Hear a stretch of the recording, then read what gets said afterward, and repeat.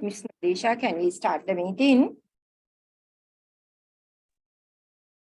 So it's I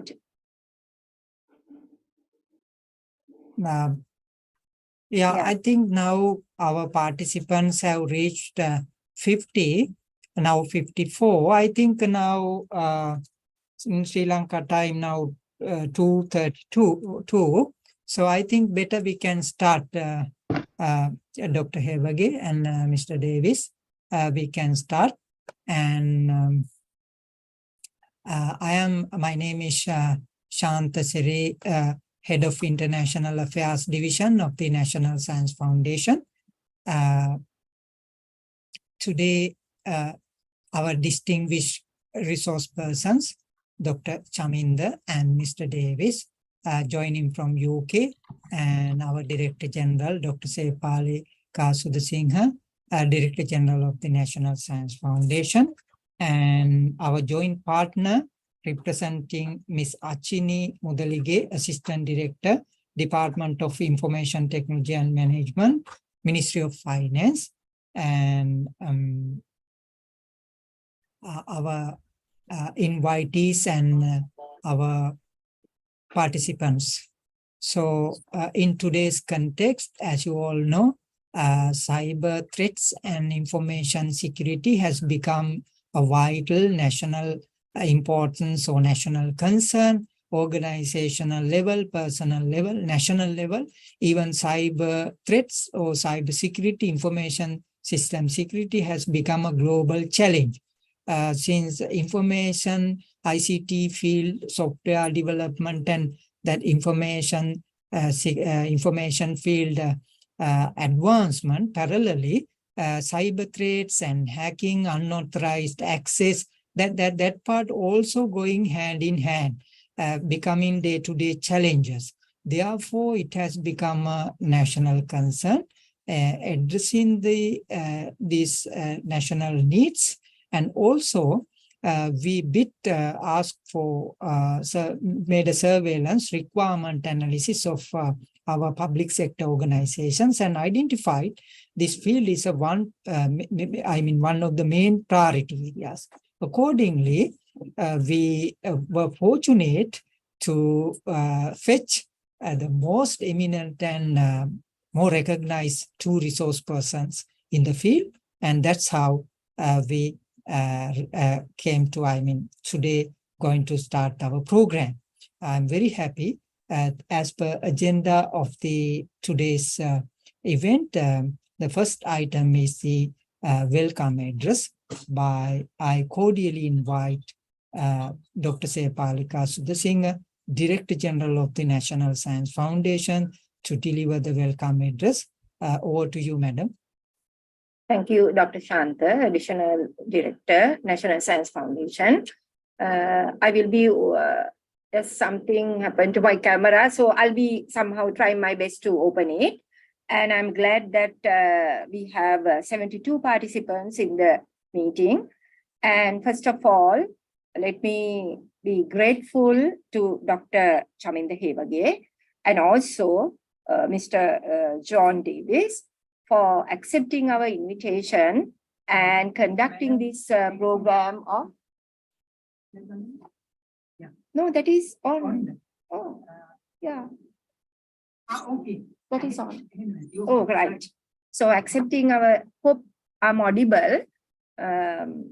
Yes, accepting our invitation and conducting this program for this number of participants. So I don't have to tell you how important the today's topic is, because the participation, the number that shows the importance of.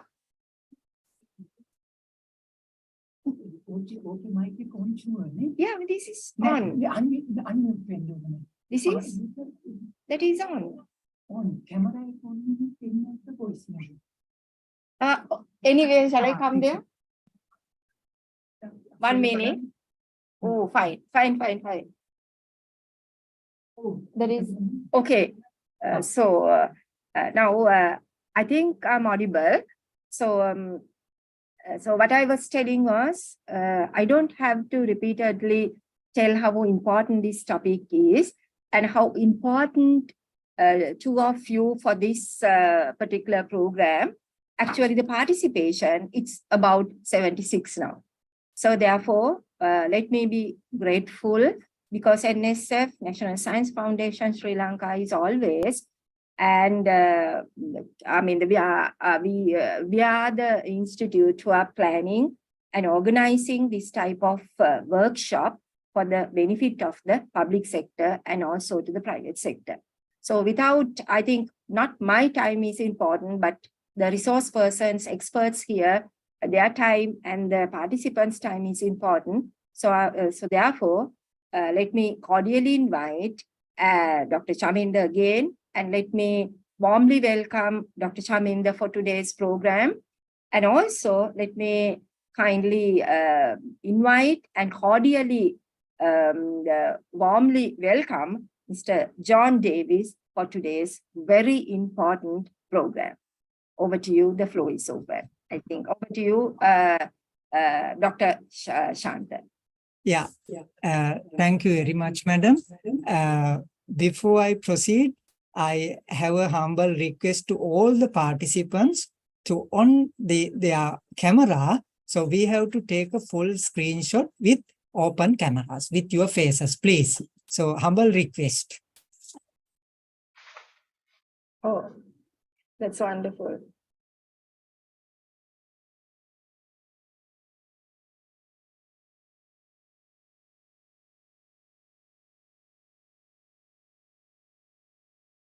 You can have the agenda on screen so that, I mean, we know the theme and the title of the program with the resource persons names, and I think at least the agenda on screen. So we can have 2-3 shots, I guess. Tilina, okay? You captured the screenshot?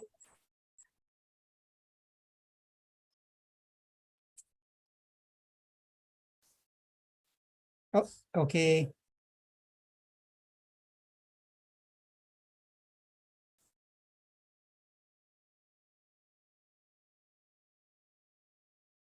Please stay. We are going to take the screenshot.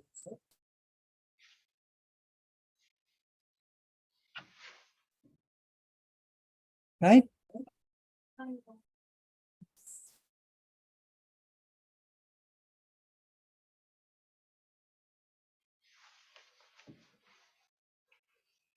Right. All right. All right. Thank you very much.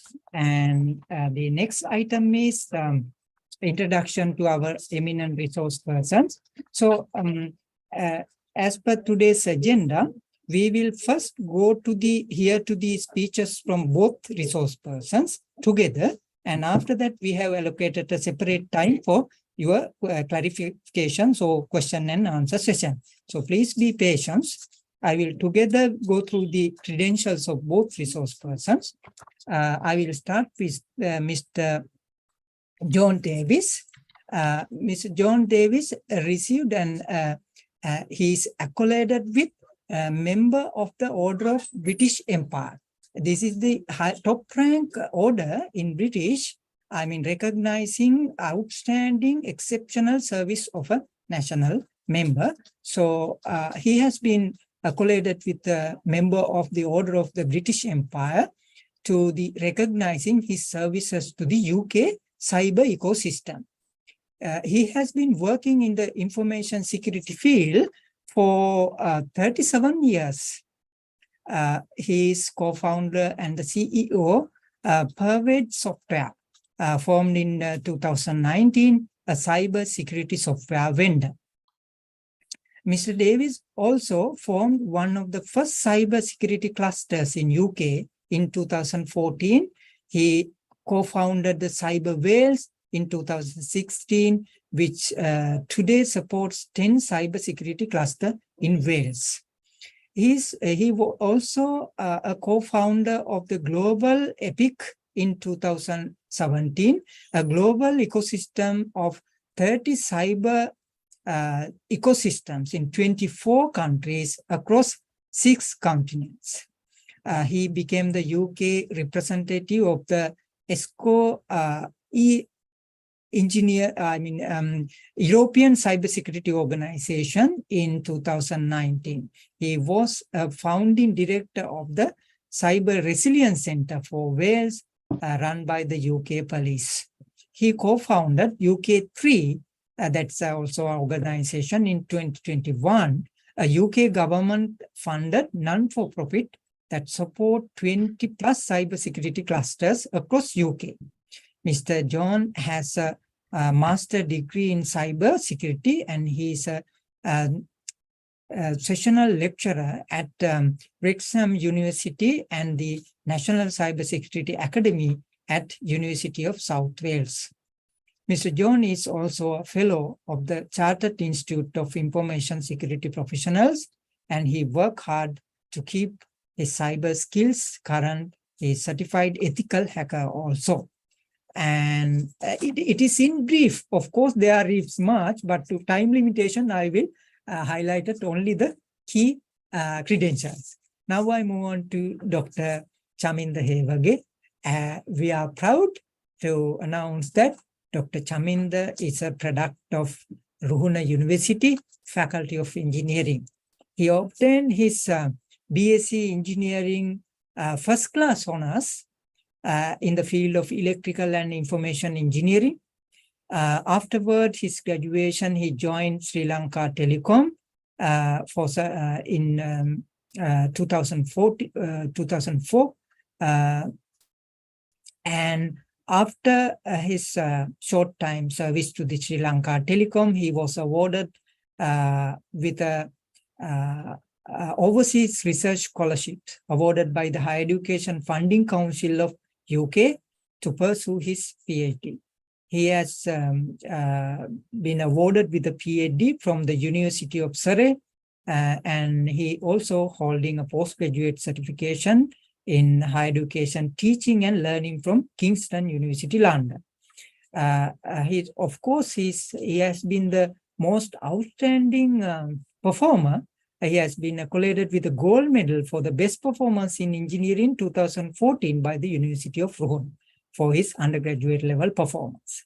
So that's in brief about the Dr. Chaminda. So now I move on to the next item, most important item, the speech by the Dr. Hewage. So today content will be delivered in 2 aspects. The Dr. Chaminda will touch upon kind of research aspects and research trends, academics terms. In that perspective, that scenario, he will highlight in terms of cyber threat and information security.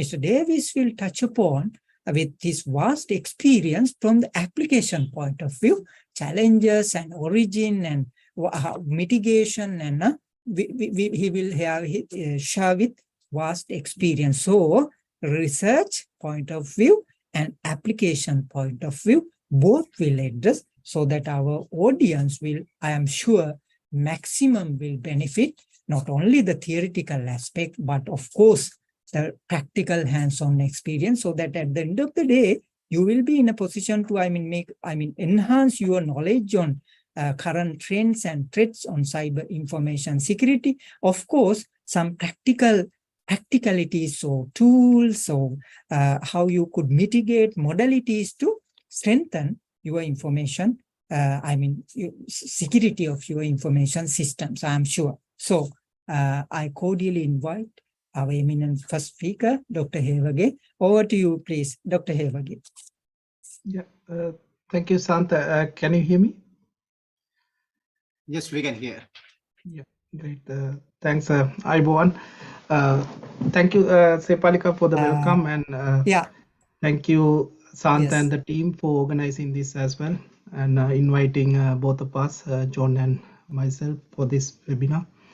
I'll share the screen. Please let me know whether it's visible.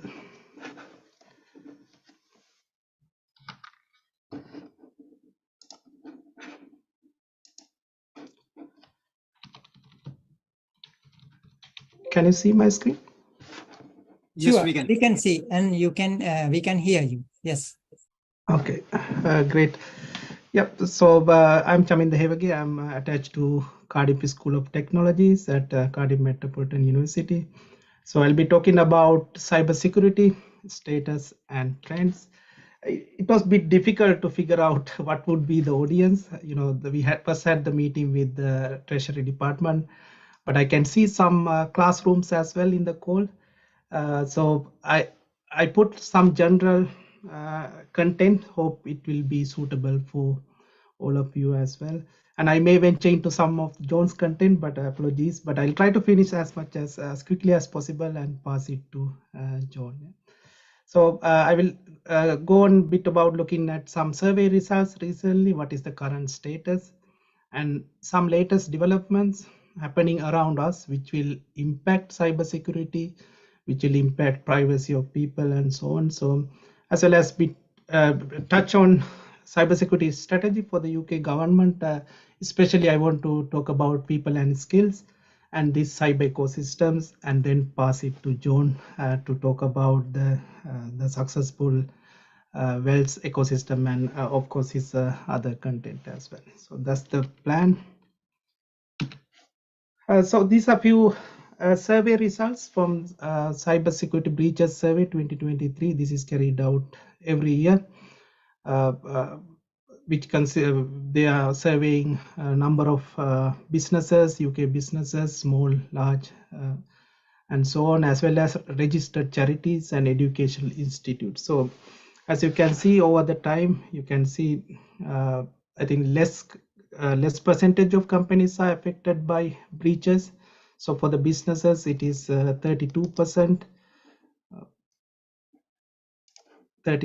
but for the charities, it is 20%. So it is continuously going down, but you can see less in 2009, but in COVID time, the amount of breaches have been increased because we all moved into the online living, online social media, online transactions, etc. But if you look at the breaches for the large and medium organizations, it is still at higher level.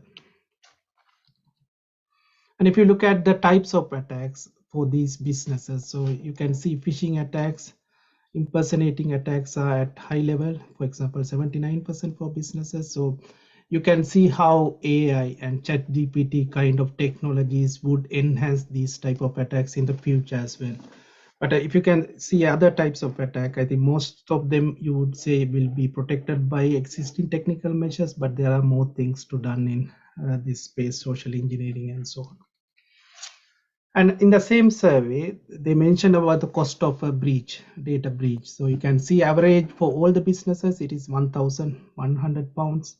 But if it is a breach with an outcome, you can see the cost will be increased. Of course, you have to spend money on recovering from the attack and so on. But for the large and medium businesses, the average cost is considerably larger from a data breach. And this is about the board members or trustees who has some cybersecurity responsibility in the board. So you can see there's a 31%, 30% were between businesses and charities. So this is a good thing, you know. So the cybersecurity is not only for the network administrator or cyber systems administrator. It should be for everyone. There should be board members who take it seriously. Of course, you have to get the approval for your security budget as well. So this is another indicator that whether we have the both top bottom as well as bottom up approach for cybersecurity, creating a better culture. And as well as there's a huge security risk coming from the supply chain. So this is one of the key talking points over the couple of years, especially around the SolarWinds attack, which happened, which affected many organizations in America as well as across the world, as well as, you know, that Huawei, there was an issue around whether the UK would use Huawei equipment for their 5G network because they thought they may have backdoors and they may steal people's data. It may be political or it may be technical, but there's a huge demand for evaluating a supply chain introduce risk. So at the moment, not many businesses are evaluating supply chain risk. So 13% at the moment, but why the supply chain less? But of course, for if you look at larger companies, they spend time and money on supply chain. So what are the barriers for it? Of course, there's no time and money, and they don't know what to do it, whether to do a supply audit and so on. So these are the concerns for businesses when they were asked about whether they do supply chain audits. And this is cyber insurance. So this also came into kind of a countermeasure against data breaches and so on. So increasingly, many businesses are using cyber insurance as part of their wider insurance policy or as a specific cyber insurance policy. So you can see still specific cyber insurance policies are less, but you can see that it is increasing. I mean, it is part of the wider insurance policy. So this is something growingly organizations across the world using. And this is again from IBM Security Data Breach Report 2023. So they analyzed 553 breaches in 16 different countries. So you can, as you can see, over the years, the cost of a data breach has increased. I think this is $4.45 million. And this is a breakdown of the cost, you know, so whether the business cost and the detection and escalation, post-breach response and so on. So you can see it is increasing, and it depends on the industry as well. If it is for critical national infrastructure or important service, the cost of the breach will go high because of the importance of the service they provide. But for some other industries, it may be less. At the same time, in that report, they mentioned that it is always good to use security, AI, and automation. So if you are using security and AI automation, the cost of a breach will be less compared to other users, other businesses who are not using security, AI, or automation mechanisms. And it is same for detection, identification, and containing the threat. So the number of days it takes will be less if you have security, AI, and automation. So these are good findings. So this is where the industry is heading. So they want more automation, they want more AI in security, but of course they will introduce more vulnerabilities into the system as well. So we need to find the right balance.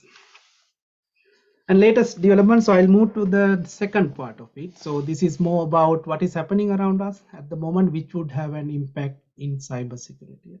So one of the key things is large scale language models, ChatGPT kind of technologies.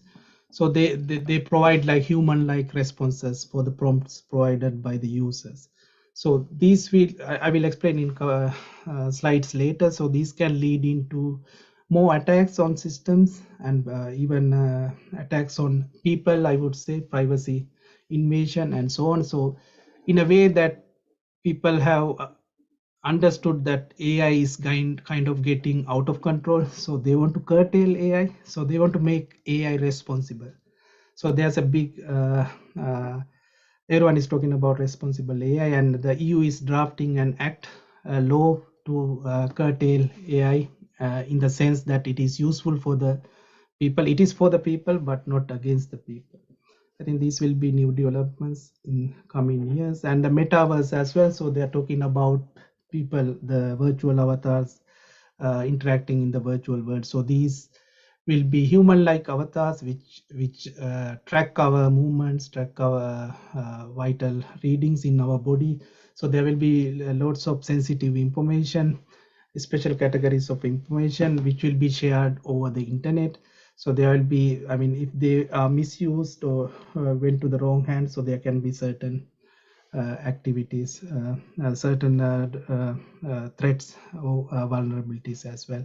And as I mentioned, supply chain cybersecurity, as well as how to secure critical national infrastructure and cyber physical systems. For example, I think some of you may heard about WannaCry ransomware, which affected NHS, National Health Service in UK. It was the whole service was disrupted, and because it is a critical service for the government, so they are very much interested in how to protect these critical infrastructures and services provided by the government. And there's a new directive coming like GDPR in EU, so Network Information Systems Directive, which will provide certain guidelines on how to, if you are operating important services for the government or for the people, so how you are going to run it and what kind of assurances you need to provide. And similar cyber assessment framework is within UK as well. And there are a few other developments around quantum computing, where you know that quantum computers will operate faster than current computers, and they can crack most of the existing cryptographic algorithms for today. So the researchers and the industry also working on coming up with quantum safe cryptographic algorithms as well. And ChatGPT, I saw some students in the audience as well, so it's a very interesting development. I'm sure you are using ChatGPT. It's a large-scale model trained on freely available public data, but we don't know who gave them permission to get our data and train on them. And these things will be prevail in the future, and these things will come into the personal data as well, personal data space. Then it will be more problematic in the future. So we need to look into these kind of new developments as well. So of course, ChatGPT kind of thing is a big problem for the universities, because the students could use it to write essays and they can do well as well. So but of course, for the cyber security side, so they can use it for misinformation, disinformation, bias. You know that even with the current conflict with Ukraine and Russia, so there are many disinformation campaigns. So we had a NATO PhD student, so who was looking at simulating these disinformation campaigns and predicting where they would go. So ChatGPT kind of thing will be very easy to use for this kind of campaign. Invading privacy, of course, at the moment, ChatGPT or Bard AI, Google One, they haven't been trained on personal data or Facebook data or anything like that, but it can happen in the future. So that then it would invade privacy as well. And of course, it can use for phishing attacks. So I mentioned in the previous slide, so phishing is one of the key attacks vectors even now. So easily you can create a compelling phishing email using ChatGPT. You can use it for good purposes, scripting or OSINT, open source intelligence, pen testing as well. I'll show you some examples. Some good use of ChatGPT. Of course, you can write a policy, security policy, but of course you can't rely on them output, but of course they are sometimes comes handy. Of course, phishing emails, fake profiles, so this will happen more because of this kind of AI related technologies. I think these are something we do in the classes, so you can ask to come up with 10 Sri Lankan names who are age of 21. So they will easily give 10 names, and then you can ask it to give usernames. Then propose 10 usernames. They will give usernames with the age as well. And of course, then you can ask ChatGPT to write a brief bio. Then it will come up with a brief bio as well. So these are like convincing profiles, fake profiles, and fake emails can increase the phishing attacks and so on. Of course, they can use for hacking or in the better way, pen testing as well. So this is an example given by one of the SANS instructor. So they have asked the ChatGPT to give us a code for NTLM authentication fuzzing. And first ChatGPT review seems they are good in some cases, but then he said, okay, I'm a class teacher, I want to teach to students. Then he gave the code. Yeah, so here you can see the usernames and passwords. They are hard-coded usernames and passwords. Then the instructor has asked, can you automate it? So then he read the username file and a password file. So then it improves the code. Yeah. So it is good to learn coding, but it's not good if someone is using these kind of technologies for hacking. So most of the hackers, in a way, I don't know the percentage, but they are called script kiddies. Yeah, they take a script from somewhere and try it out. So this kind of attacks will be very easy with ChatGPT kind of technology in the future, because they can submit a code and ask them to improve it, and for many purposes as well. And this is from Character AI. So there was a recent news article about Michael Schumacher producing an interview. So this is AI generated content. So similarly, I think this kind of AI models will, if it starts training on personal data, for example, Facebook had an app, let's say, assume that Facebook will have an agreement with OpenAI, ChatGPT guys, and they let all of your data to, they send all of their data to train and model. So then it can invade your privacy as well. So similar thing, for example, the India banned TikTok, mainly there may be political reason, but mainly they are using TikTok images and videos to train face swap and deepfake models. So that was their main argument. So likewise, we have to be careful when we are giving our personal data, especially when they are trying to train AI models as well.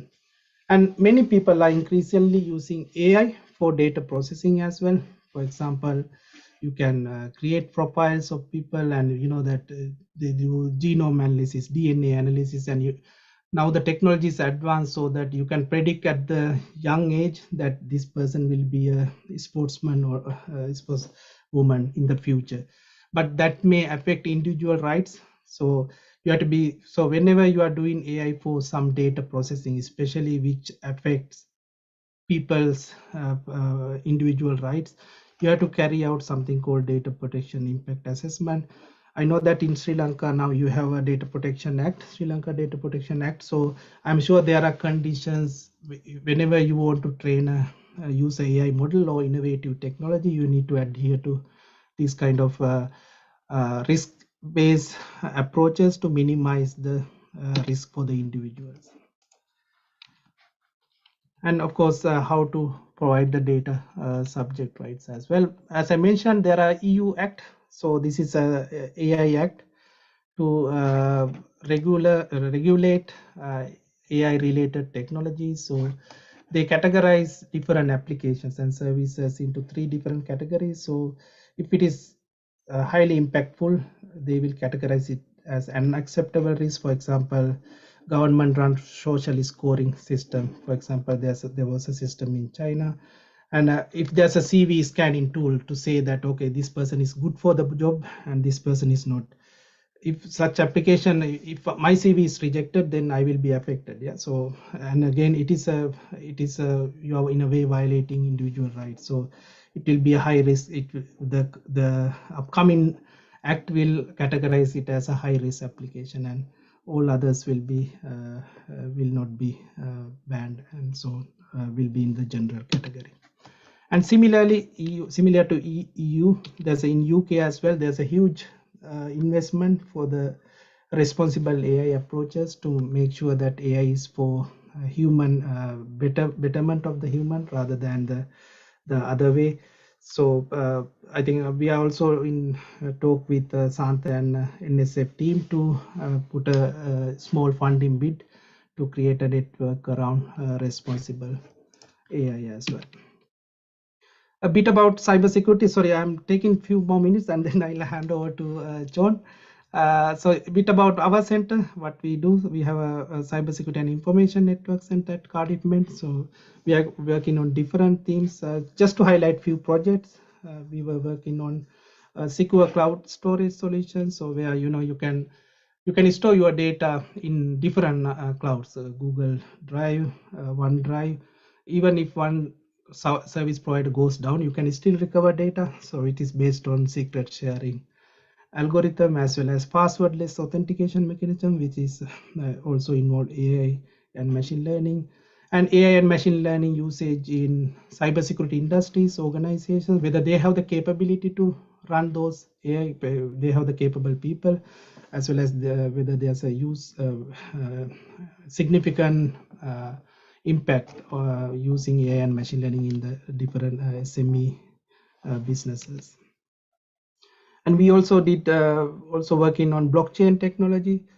At the moment, even in UK, so the government department, they don't talk to each other. The company's house will not talk to land registry won't talk it to the tax office, HMR, revenue. So we propose a mechanism with company's house to using blockchain, how to share data. So in a way you can avoid fraud, because you can't submit two things to the two different government organizations. So it is in the blockchain. So your record is there. You are just sharing. All the government organizations take the data from your central self identity. And we did another. This is an interesting research which is relevant to Sri Lanka as well. So how to use blockchain kind of technology in South Asia to protect evidence. So sometimes in Sri Lanka and India and other places you hear that record rooms goes some arson happens, some fires, and all the records are getting destroyed. So how you can use blockchain kind of technology to protect important evidence in the blockchain. So this is another research, and we recently got another project with Airbus to work on privacy preserving multi-user crypto for distributed networks. So this is to use kind of cryptographic algorithms where you can do calculations and processing in the encrypted domain. So it won't invade the privacy of the content, or no one can look at the actual content. So this is another recent project. And we also work with the several outreach. We work with the communities and primary schools, secondary schools, colleges to provide better cybersecurity content, as well as increase the uptake of cybersecurity in the school level, especially the girls, bring girls into cyber. So these are government initiatives to increase the diversity and inclusivity, as well as provide a culture, ecosystem within cyber. So cybersecurity is not just the technical controls. Yeah. So you can't just buy a sophisticated firewall or NOC and rely just on that. So you have to build a community around it. You have to build a culture around it. So cybersecurity should take it as a real threat, like any other threat as well, health and safety, similar to health and safety concern, and bring these risk-based approaches to tackling cyber and other threats. So this is where the ecosystem comes as well. So I will jump into the little bit about the newly declared cybersecurity strategy 2022-2030. So here you can see I think most of the important aspects like risk assessment, protection, detection, and containment, all should be supported by the skills and people. So this is where we are working in the strategy as an education institute. But if you look at, I think I will touch on one or two things. So under the managed cybersecurity risk, so this is very important to understand threats introduced by vulnerabilities introduced by the supply chain under the cyber security risk, as well as having some cyber security requirements in the procurement process, which is very important, as well as the government contracts and so on, and protect against cyber attacks. So this is more security by design. So whole life cycle of a service or a product should be, we should make sure that it is secure, as well as use of new technology. AI can be used, as well as quantum safe cryptography and so on. And it is same for the detection, behavior analysis, host-based capability, and so on. And so from this one, so it is about building ecosystem and investing on people and skills. So as I said, that's the space universities are working on. And some of you may know that UK recently created a cybersecurity council, which is similar to engineering council, which provide the chartership for engineering profession. So soon they will recognize different professions, they will create different pay scales, different roles, and this will be huge, and this will provide the better structure and recognition for the cybersecurity professionals in the future. And one of the key things in the cybersecurity strategy under the skills and knowledge and culture is to create a good ecosystem and create relationships between government, academia, and the industry. So this is very important, because you should have a good ecosystem. So you can't just rely on the technology. So you should have policies, and you should have skilled people, skilled and knowledgeable people. So that's where the cyber ecosystems come. So luckily we have John Davis here today. So who founded the very successful Wales cyber ecosystem. So we meet like monthly, every time universities, industries, government, and we discuss latest things happening. So before I go into the cyber ecosystem, so I'll stop here now. Then I'll hand over to John for your part of the talk now. Thank you. Thank you very much, Dr. Chaminda. And I'm sure by hearing to your speech, it highlight clearly research trends.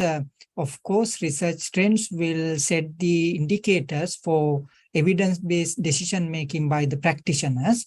And we learned that AI, like a two-edged sword, AI, we are thinking on AI, I mean, industry improvement and things. At the same time, AI can be the disaster for, I mean, if smart IT guys use in the like cyber attacks. And also, it clearly your informative presentation highlighted in the Western part of the world now, vigilance on developing policies and national level regulatory frameworks. That indicates in future, it foreshadows cyber threats or cyber attack could be a national level disaster. I mean, the one major area could be the disaster mitigation, like not only the natural disasters, like man-made disaster list, cyber threat may be the one, I mean, enlisted, what I gathered. And lastly, not only for today's session focus for network administrators and information managers, as individual layman computer users for like us, I mean, to be very vigilant on what we feed to the computer. And I mean, be vigilant on social media and whatever emerging, especially the queries and email day to day. It was very clearly your presentation shed light on, I mean, importance of cybersecurity and threat. So since we now, I mean, more aware on trends and threats and, I mean, what are the challenges? Now the time is to kind of, from our practitioner, what are the solutions and your experience, and so practical point of view. So now I cordially invite our distinguished second speaker, Mr. John Davis, to deliver your speech. Over to you, Mr. David, please.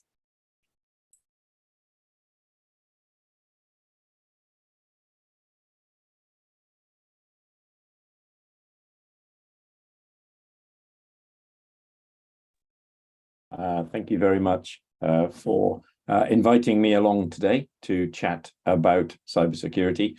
And as you've heard from Dr. Chaminda, the threats are growing every day as the technology evolves. So as our digitalization and as our technical approaches grow, so the threat grows with them. So what I wanted to do today was share with you some advice that we share with our members of the Cyber Wales ecosystem. So whenever we're doing a session to help people to understand what they should be doing to protect themselves from the threats that Dr. Chaminda has described, these are the slides that we tend to use. So first of all, the starting point for all of cyber is a question of risk, because at the end of the day, we are taking a risk if we don't change our passwords. We take a risk every time we cross the road, that there might be an accident. But we as human beings, we tend to take more and more risk the longer nothing bad happens to us. So if we keep crossing the road and we don't get hit by a vehicle, we're less likely to be more cautious next time we cross the road. And it's the same with risk. When we think about cyber attacks, if we don't get attacked that day, then the following day, maybe we're prepared to take more risks and not change our passwords or not protect our data properly or not back up our data. And this is just a human trait. We know this about ourselves. So really, if we start with our addressing cyber by addressing the risk, then really what we're interested in is what information or what data do we have on our systems that if it was tampered with or stolen, what risk is there to us of putting us as individuals at a position where we might lose money or lose reputation?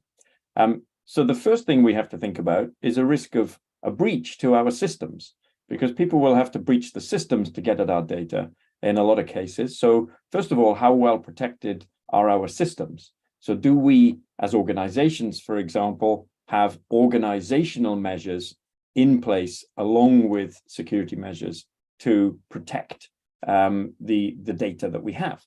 And secondly, we have the rights and freedoms of individuals to consider. And as Dr. Chaminda said, this is all about data protection, because if we hold data about other people, we have a responsibility to protect that and make sure that we're not responsible for giving other people's data away and losing it. So risk assessment is always the first step in cybersecurity. Start with analyzing and assessing exactly what your risk is based on your data, the data that you hold in your systems. There's a very simple equation that we use in cyber, which is this idea that risk is actually built by combining a threat with a vulnerability. So you can have a lot of cyber threats in the world, and there are lots of cyber threats hitting companies all the time. But a lot of those threats you're already protected against, because the vendors have already created antivirus, or they've created some kind of firewall rule that will protect against a specific threat. So although those threats exist, you're fairly well protected because your firewall is not vulnerable to them. So you can have a threat, but if you're not vulnerable to that threat, it's lower risk. Also, you can have a vulnerability on your systems. You might have a port on your firewall that's wide open, or you might be leaving your password on a Post-it note on your computer screen. Those are huge vulnerabilities. But if nobody attempts to break in through that port, if nobody sees your Post-it note and steals it, then the risk is lower. So you need to combine the threat and the vulnerability to create what your proper understanding of risk. So the second step in the process, therefore, should be a vulnerability assessment. So understand your vulnerabilities. What vulnerabilities exist that might be a risk? So you can ask a penetration tester, you can ask a white hat hacker, so that's a hacker who is operating ethically, to test your systems and identify what vulnerabilities exist. There are also software programs now that you can just run the program yourself, and you will receive a report back that tells you what vulnerabilities your systems might have. So when you run a vulnerability assessment and you get back the information about your vulnerabilities, that tells you what's wrong with your systems at that particular point in time. So the next step, once you understand that you have those vulnerabilities, is to try and mitigate them and try to put systems in place to plug those gaps and to prevent those vulnerabilities. But while you're doing that, you should also think about moving on to documenting everything that you're doing and look at the kind of approaches that the black hat hacker, the malicious hacker, is going to use at any given time, because that will then help you to assess where your priorities are with fixing your vulnerabilities.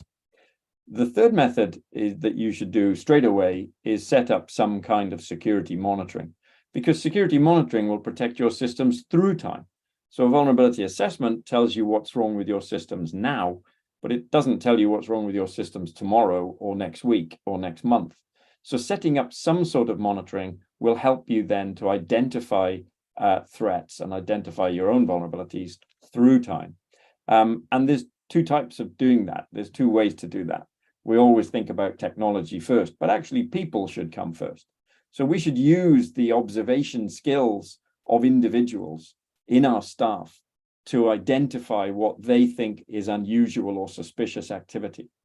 And this also helps our staff and our people to not click on the wrong link in an email or click on a malicious email.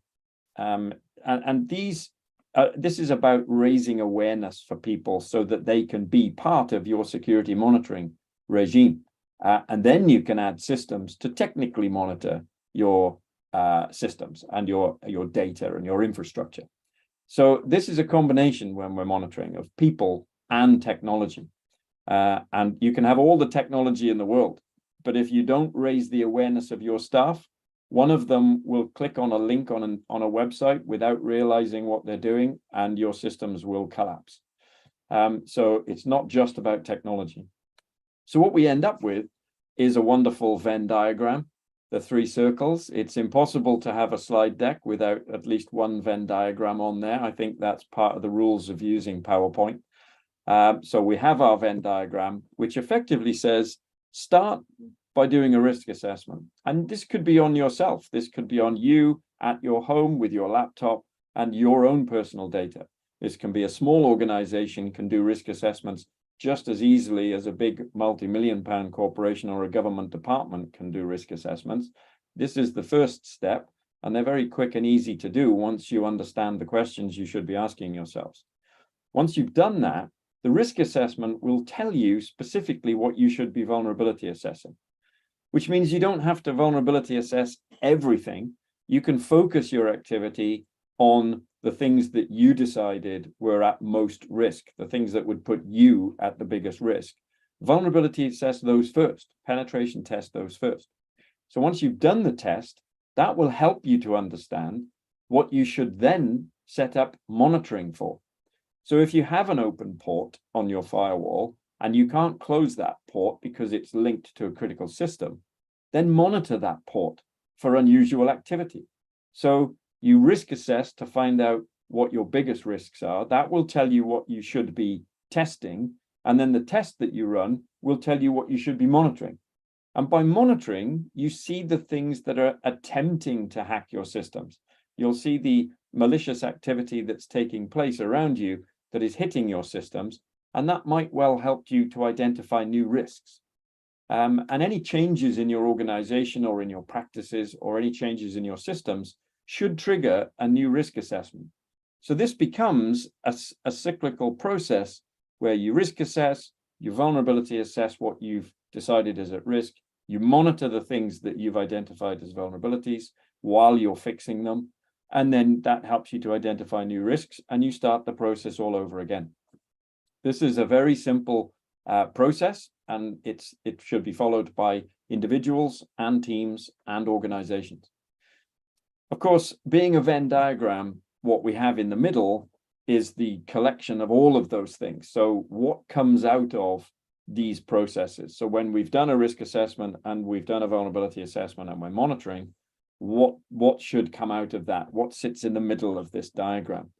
And for that's technical measures and organizational measures that you should put in place, not because some sales rep somewhere tells you that it's a good idea and that their product is the best product in the world, not because other organizations have bought that solution and therefore you think you should, but because you've done your risk assessment on your particular data, you understand your vulnerabilities, you know what your monitoring capability is, and therefore this will tell you the things that you need to fix.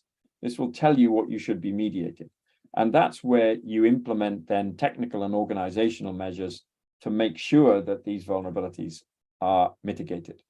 And that could be any range of things. This is not just technical. Again, it could be consulting from people who can advise you, services that they will provide for you, like an email service or a managed service, changing your hardware or software so that your infrastructure is more up to date. And then maybe setting up some regular auditing to do this process much more quickly. And as we've already heard, it's not a bad idea to go and get some insurance just in case all this fails. So those are the technical and organizational measures that are available to you to do once you understand what you should be doing. Managed services is almost always an issue. If you are using a managed services company, it means they're an IT supplier.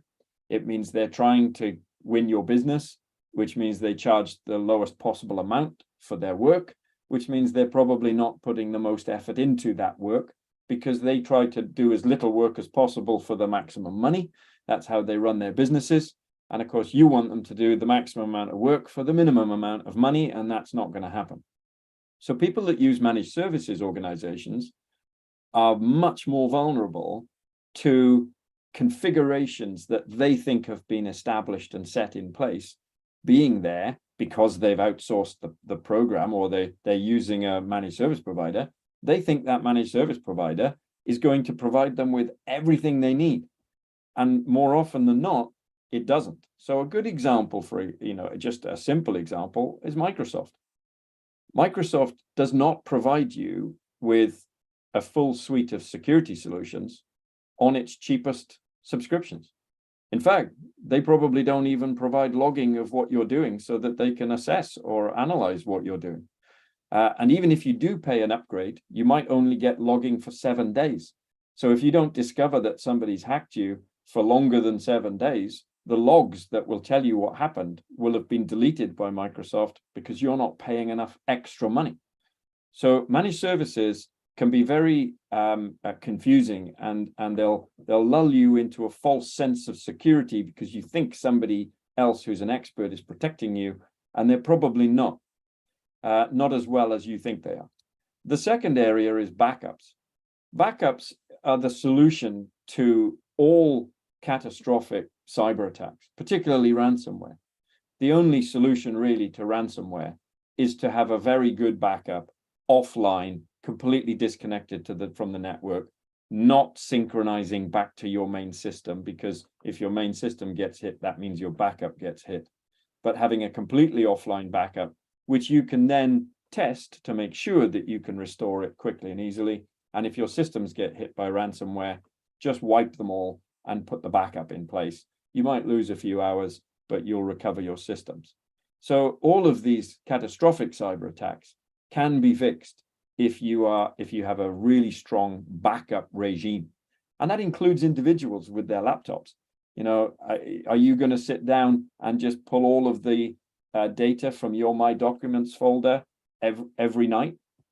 I don't know many people that do that, but if you did that, you would have no threat or a reduced threat from things like ransomware, because it wouldn't bother you anymore. You just wipe your machine and reload it from yesterday's data. So this is something that people really need to grasp. These 2 points are most important. Managed services means you don't have control over the configuration, and backups means you could be immune to a lot of cyber attacks, but if you don't do them, then you'll suffer from them. These three processes, this iterative process, is wrapped, of course, in this idea that we need more knowledge. We need to raise our awareness. We need to educate everybody about the cyber threats that Dr. Chaminda talked about, get everybody understanding that there is a major threat out there. And that's awareness training for everybody.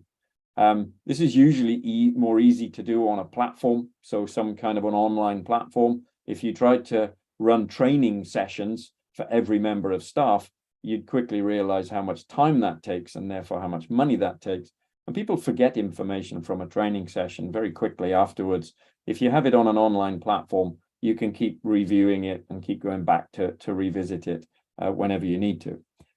Equally, we need specialist training then for people who have to respond to incidents. So if you find a vulnerability, someone has to mitigate it. Somebody has to understand the technical aspects of how to block that vulnerability. And we have to train people how to do that.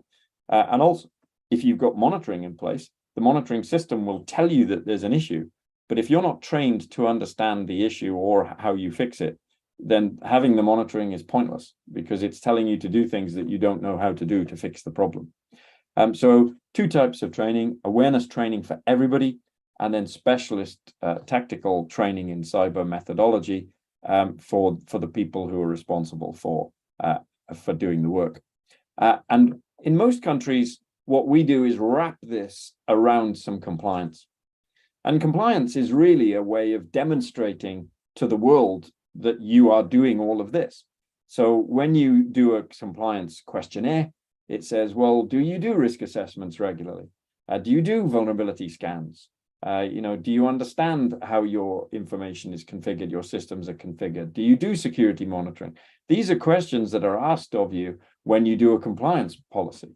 And compliance policies are very often viewed in a negative way because there's something you have to do, otherwise you'll get a fine from the government, or you have to do it because otherwise you can't bid for business with large corporates, etc. Or it could be a policy internally where there are regulations about you have to use two-factor authentication, which gets in the way and it takes too long.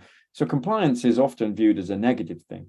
But actually, compliance policies are actually very, very good best practice frameworks. They're not going to ask you a question in a compliance policy if the answer is to do something bad.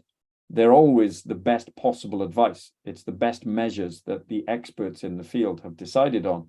So use compliance policies and the fact that you have to be compliant with things as an opportunity to view them as best practice frameworks for you to implement within your organization and in your everyday lives to be better at cyber protection.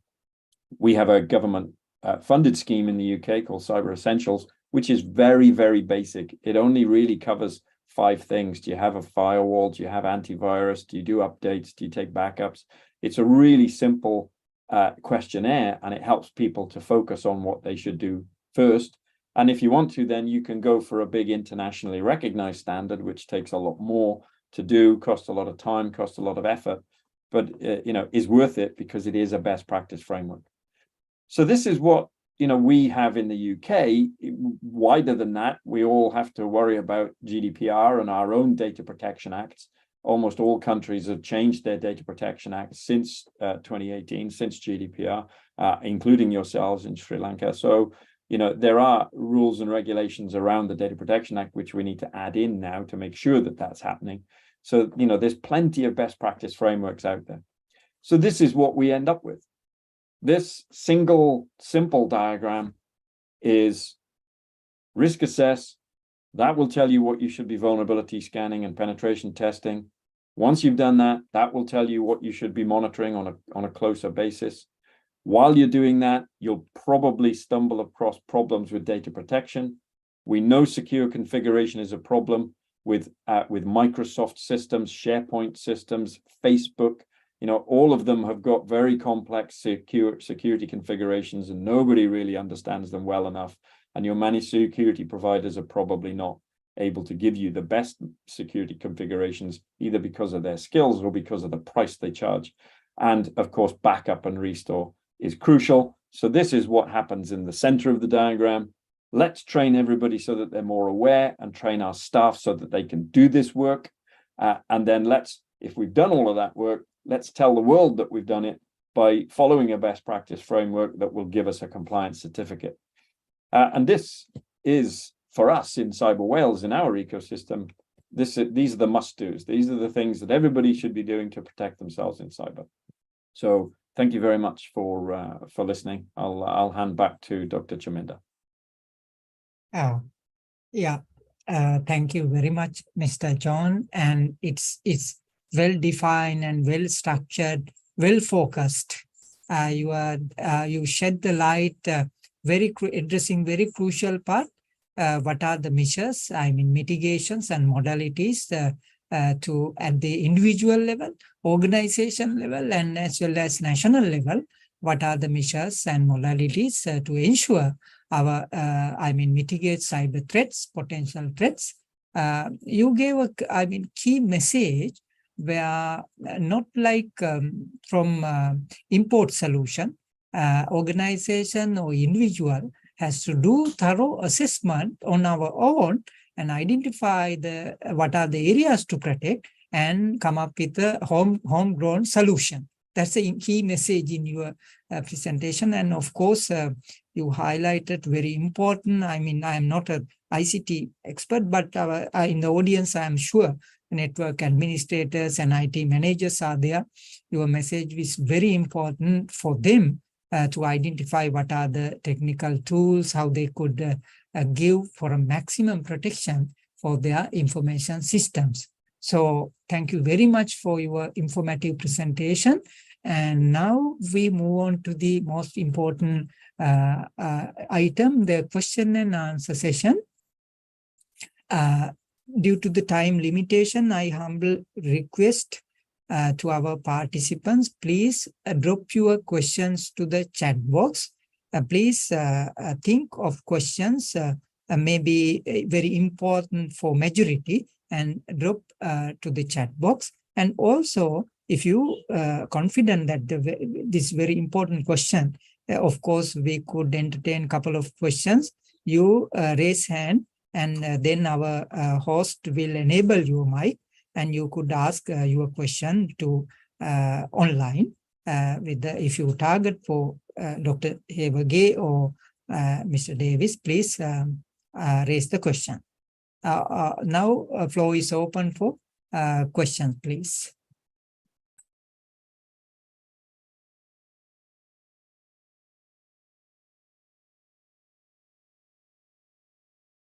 Nadisha, in the chat box, you fetch any questions already posted there?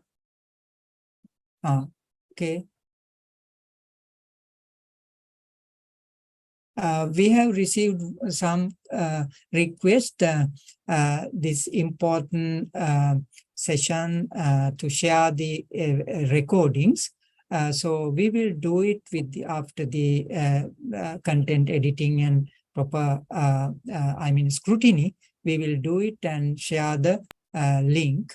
And also, I am sure in the audience there will be some IT professionals and network administrators, chief. I think today your message not only for the ICT professionals, now chief information officers in public sector organizations as well as private sector organizations, chief information officers, top rank decision-making level, top level management level, they are relying on online information, data decision support systems. So both resource persons gave a message, chief information officers as well. So anyone raise hand? Nadisha, you could raise anyone?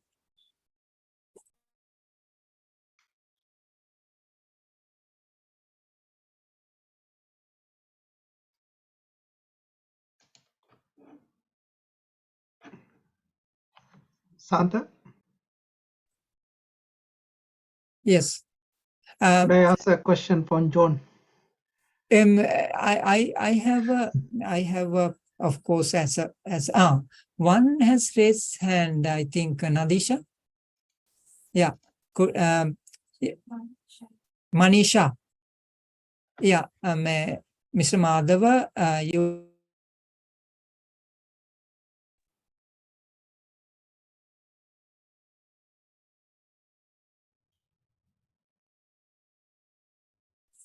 You could raise your question, please.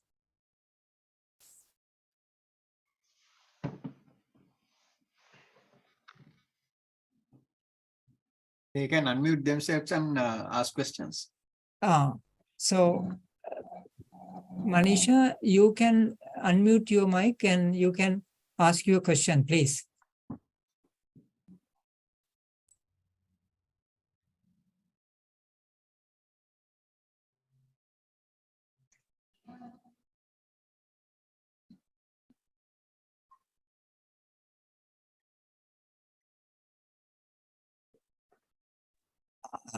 Since they yet to come up with questions, I have a one clarification from Mr. Davis from the audience. If anyone, any ICT professional from public sector organization, if they want to get some more insights and tactical point of view session from you, how could do that kind of a session? How could be what are the modalities from your perspective, please?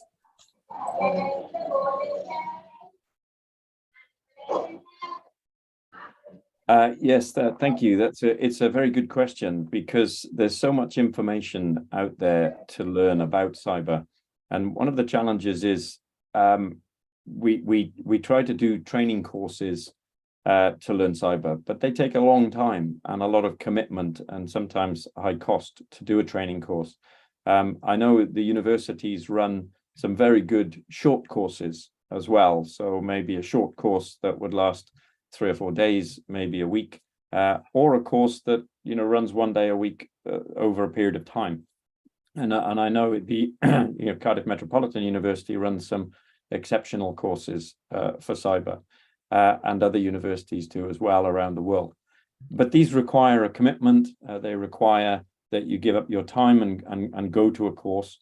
One of the things that we've done in the Cyber Wales ecosystem is we've developed an online platform which is gamified. So as you do challenges and labs that give you knowledge and provide you with information that you can learn about the topic, and then put you into challenge situations where you can actually use cyber tools, hack a password, try and break into a box, and become the administrator. These are all hacking techniques. And the platform shows how that process works. And it shows how the process works so that there's a better understanding of how you stop it from happening. So, if you really understood how bad hackers would hack your password, it would help a lot for you to firstly change your password more frequently, but also make your password of a structure that makes it harder for them to hack. And the best way to know that is to learn how somebody would hack your password. So this is how the platform works. We have lots and lots of different challenges, which we call labs, which people can log on and then either read information and ask you questions, or use a tool and try out a tool and then answer questions, or succeed in challenges and get points for the challenges. So every time you answer a question or achieve a challenge, you get points. That means you can track your own learning. You can compare yourselves with your peers, with your fellow students, fellow workers in your organization, or between organizations. We can then have a big leaderboard so that people understand where they are on that leaderboard and track their learning. And then we can move on to things like capture the flag competitions, which are just a fun way of putting what you learn into practice. So we run capture the flag competitions off the same platform. So there's a learning platform, and if you learn the material on the platform, then when there's a capture the flag competition, you're going to do better at it because you will have done more learning on the platform. So the platform that we use with Cyber Wales has got courses that you can end up with an industry certification. It also has this playground where you can learn and explore safely from your own laptop through a browser. And you could run ransomware on the machine that's on the cloud that you're accessing through your browser, and just watch the ransomware completely grind that machine to a standstill. and then you just press the reset button and you can watch it all again. So it's a very safe environment to play with hacking tools without getting into problems with inadvertently damaging anything. And then you can go and enjoy capture the flag competitions, and Cardiff Metropolitan will run capture the flags against other universities around the world to test their students against each other. And capture the flags and understanding hacking in the business world is called red teaming. And red teaming is, as I say, the best way to understand how you would go about stopping or preventing cybercrime, which is the blue team. So the best people in the blue team are because they are good red teamers. They know how to hack things, and therefore they know how other people will hack them, and therefore they're better at protecting it. So we use an online platform for that. Right. Thank you very much. I understand, being a cutting edge organization, you have gone to the online platform for training. So anyone in the audience looking for, I mean, we can make facilitation, maybe as he highlighted, maybe not, maybe sometimes free basis, but of course. How about Dr. Chaminda from Cardiff University? Are there any short-term courses to follow, online courses on this field? There are different types of training offerings. For example, I think we provide, for example, Cisco training as a Cisco Network Academy, networking as well as cybersecurity. And we are also in the process of developing, as John said, short courses, micro credential they call, because we felt that industry, especially those who are working in the industry, they are more interested in doing short courses rather than long courses, because they can't commit to long training period. So of course, I think when we are offering micro credential courses at the moment, we have AI and machine learning, blockchain kind of micro provisions, but we are in the process of developing one specifically for cybersecurity. So depending on the time, of course, but at the moment they are face to face. But if there's an online opportunity, I think we can open it to you as well. Right. Thank you very much. Today's for our both resource persons did a very good job. And I think before the last item, I think I want to give the message that if anyone from the participants, if you come up with a question even after the session, I am sure you could channel us. I'm sure our two resource persons will be ready to share their experience to answer your questions. So last item is the concluding remarks. Before I move on to the formal concluding remarks, our Director General is on board. Dr. Sepalika, do you? In the chat box, sorry, before now, just now we received one clarification in the chat box. What are the main steps should be there in an incident response process? Mr. Davis? Yes, thanks very much.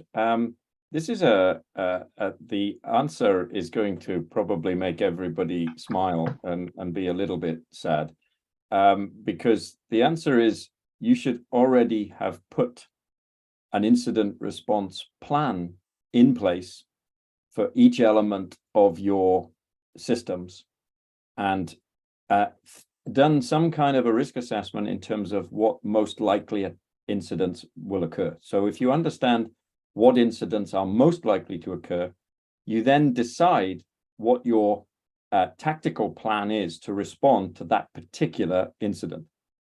And then you think of another incident that might occur slightly different. So one might be all of your web-facing applications are DOSed or denial of service, so you can't get at them. You will have a particular sequence of events that you will put in place to fix that.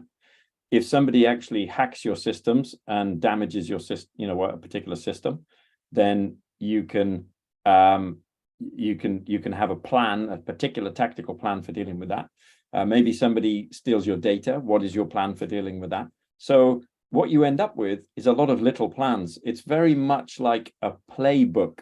You can imagine rugby teams or football teams or American football teams have these playbooks where they know that if somebody kicks the ball into one side of the pitch, they'll do a particular move, a particular play that they've pre-trained and what have you. This is the best way to do incident response. The best way is to work this all out before there's any cyber attacks, work out what the biggest, most likely cyber attacks are, and then put your tactical plan as to how you would specifically fix that thing. And then you end up with this big playbook. And the playbook sits on a shelf so that if you do have an incident, the incident response is to immediately address it and then dive into your playbook. There's a thing called the OODA loop, which is used a lot in cyber. The OODA loop actually comes from military strategy. It's how officers are trained in the military. And the OODA loop says, first of all, observe. So before running around trying to fix things, just observe, have a good look at exactly what's happening. And then orient. So the two O's are observe and then orient. And by orient, we mean think about, longer term, what is under attack? How does that fit into the bigger picture? Is there something quite small being attacked, but it might suddenly grow into something big? Just understand that, make decisions very quickly, and that's where your playbook comes in, and then act on those decisions. But immediately, while you're acting on those decisions, do some more observing. So you end up with this loop of really observe what's happened, what information you've been given, orient yourself to the problem and the challenge and the potential bigger, wider issues, make some decisions based on your playbook, and then act on those decisions to implement the playbook, and then observe again. So we follow the OODA loop, and we also have a playbook. If you don't have a playbook, then you can't answer that question. What are the main steps of an incident response process? The main steps are you implement your playbook. So the problem with that is you'd say, well, let's have a look at the logs. Well, did you take logs? Are you tracking and monitoring logs? If you're not monitoring logs, then you can't look at the logs. Let's shut down the ports on the firewall. Well, do you know which ports are under attack? And are you able to shut them down without losing critical systems? So all of these things you have to think through before time. So, and I know that doesn't help. So if you're asking that question because you've just suffered a cyber attack and you don't have a playbook, then you have difficulties, and you have to probably do some major recovery work. Yeah, thank you very much. And time is now almost past, and therefore we move on to the next last item of the agenda, concluding remarks. This is, I cordially invite Ms. Achini Mudalige, Assistant Director, Department of Information Technology Management, Ministry of Finance. Over to you, Ms. Achini. Good evening, everyone. I hope that you all can hear me. Yeah. Yes. It was a very interesting 2-hour session with the Cyber Edge, I guess. And so we have come to the end of the session.